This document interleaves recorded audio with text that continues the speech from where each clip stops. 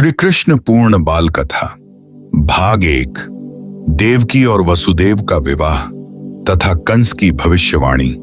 कल्पना कीजिए, हजारों वर्ष पहले की वह पवित्र भूमि जहां यमुना का निर्मल जल बहता था, जहां ऋषियों के आश्रमों में वेदों का स्वर गूंजता था और जहां धर्म तथा अधर्म के बीच एक महान संघर्ष अपने चरम की ओर बढ़ रहा था।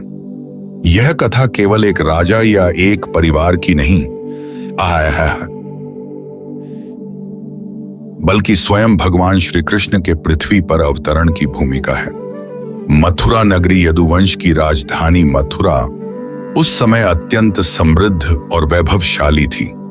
ऊंचे महल, विशाल द्वार, सुंदर बाजार और प्रसन्न प्रजा, सब कुछ मानो स्वर्ग के समान दिखाई देता था। राजा उग्रसेन न्यायप्रिय और प्रजावत्सल शासक थे, लेकिन उनके पुत्र कंस का स्वभाव बिल्कुल अलग था। कंस अत्यंत पराक्रमी था। युद्ध कला में उसका कोई मुकाबला नहीं था। उसने अनेक राजाओं को पराजित किया था। उसकी शक्ति देखकर लोग उसका सम्मान भी करते थे और उससे भयभीत भी रहते थे। धीरे धीरे शक्ति ने उसके भीतर अहंकार भर दिया। उसे विश्वास हो गया कि संसार में कोई उसका सामना नहीं कर सकता। उधर राजा देवक की पुत्री देवकी अपने सौम्य स्वभाव, विनम्रता और सद्गुणों के कारण पूरे राज्य में प्रसिद्ध थीं। जब उनके विवाह का समय आया तो उनका विवाह यदुवंश के तेजस्वी, धर्मनिष्ठ और सत्यवादी राजकुमार वसुदेव से निश्चित हुआ। पूरा मथुरा नगर उत्सव में डूब गया। गलियां फूलों से सजा दी गईं। मंदिरों में मंगल ध्वनि होने लगी। शंख और नगाड़ों की गूंज से वातावरण भक्तिमय हो उठा। हर कोई इस दिव्य विवाह का साक्षी बनना चाहता था। विवाह के सभी वैदिक संस्कार अत्यंत शुभ मुहूर्त में संपन्न हुए। ब्राह्मणों ने वेद मंत्रों का उच्चारण किया। अग्नि को साक्षी मानकर देवकी और वसुदेव ने 7 फेरे लिए और जीवन भर धर्म का पालन करने का संकल्प लिया। देवकी कंस की प्रिय बहन थी। वह उनसे अत्यंत स्नेह करता था। अपनी बहन के प्रति प्रेम दिखाने के लिए उसने स्वयं निर्णय लिया कि वह विवाह के बाद देवकी और वसुदेव के रथ को उनके नए गृह तक पहुंचाएगा। सुनहरे रथ पर देवकी और वसुदेव बैठे थे। स्वयं कंस सारथी बना हुआ था। पूरे मार्ग में लोग पुष्प वर्षा कर रहे थे। वातावरण में आनंद ही आनंद था। लेकिन भाग्य ने उसी क्षण इतिहास की दिशा बदलने का निर्णय कर लिया था। अचानक आकाश से एक गंभीर, दिव्य और गूंजती हुई आवाज सुनाई दी। हे कंस, जिस देवकी को तू इतने प्रेम से विदा कर रहा है, उसी के गर्भ से जन्म लेने वाला 8वां पुत्र तेरे मृत्यु का कारण बनेगा। यह सुनते ही समय जैसे थम गया। रथ रुक गया। घोड़ों ने कदम रोक लिए। वाद्य यंत्रों की ध्वनि शांत हो गई। कंस का चेहरा भय से पीला पड़ गया। कुछ ही क्षण पहले जो भाई अपनी बहन की विदाई पर प्रसन्न था, अब उसके मन में केवल एक ही विचार था, अपनी मृत्यु का भय। उसका प्रेम क्षण भर में समाप्त हो गया। उसने तलवार निकाल ली और देवकी के केश पकड़कर उन्हें वहीं मार डालने के लिए तैयार हो गया। देवकी भय से कांप उठी। वसुदेव ने स्थिति की गंभीरता को समझ लिया। उन्होंने शांत स्वर में कंस से कहा, हे कंस, तुम महान योद्धा हो। पूरी पृथ्वी तुम्हारे पराक्रम को जानती है। अपनी ही बहन की हत्या करना किसी वीर को शोभा नहीं देता।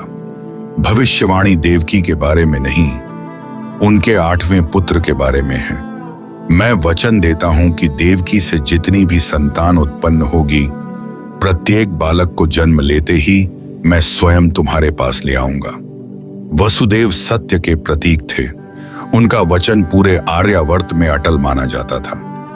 कंस कुछ देर तक सोचता रहा। उसे लगा कि यदि सभी संतानों को उसके हवाले कर दिया जाएगा तो उसे किसी प्रकार का भय नहीं रहेगा। उसने तलवार नीचे कर दी। देवकी का जीवन तो बच गया, लेकिन उसी क्षण उनके सुखी जीवन का अंत हो गया। कंस ने दोनों को बंदी बना लिया। उन्हें मथुरा के एक कठोर कारागार में डाल दिया गया। लोहे की मोटी जंजीरें, भारी दरवाजे, चारों ओर सशस्त्र सैनिक। जहां कुछ समय पहले विवाह की मंगल ध्वनि गूंज रही थी, वहीं अब कारागार की नीरवता थी।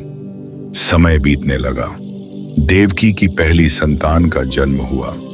वसुदेव ने अपना वचन निभाया। वे नवजात शिशु को लेकर स्वयं कंस के पास पहुंचे।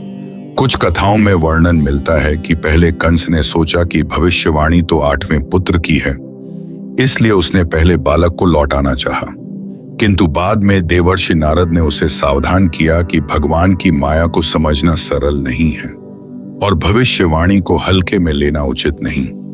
इसके बाद कंस का भय और बढ़ गया। भय ने उसके विवेक को पूरी तरह नष्ट कर दिया। उसने निर्दोष बालकों का वध करना आरंभ कर दिया। एक एक करके देवकी की 6 संतानों की हत्या कर दी गई। कारागार में केवल आंसू थे, दुख था और एक मौन प्रतीक्षा। लेकिन कंस नहीं जानता था कि जब अधर्म अपनी सीमा पार कर देता है, तब धर्म की रक्षा के लिए स्वयं भगवान अवतार लेते हैं। यही वह समय था जब पृथ्वी पर अत्याचार बढ़ चुका था। देवताओं ने भगवान विष्णु से प्रार्थना की कि वे संसार को कंस और अन्य दुष्ट शक्तियों से मुक्त करें, और भगवान ने आश्वासन दिया, मैं उचित समय पर यदुवंश में अवतार लेकर धर्म की पुनः स्थापना करूंगा। यहीं से प्रारंभ होती है उस दिव्य लीला की भूमिका, जिसके केंद्र में होंगे नंदलाल, गोपाल, माखन चोर और जगत के पालनहार भगवान श्री कृष्ण। अगले भाग में हम जानेंगे कि कारागार में भगवान श्री कृष्ण का दिव्य जन्म कैसे हुआ और किस प्रकार वसुदेव उन्हें प्रचंड वर्षा और उफनती यमुना के बीच सुरक्षित गोकुल पहुंचा सके।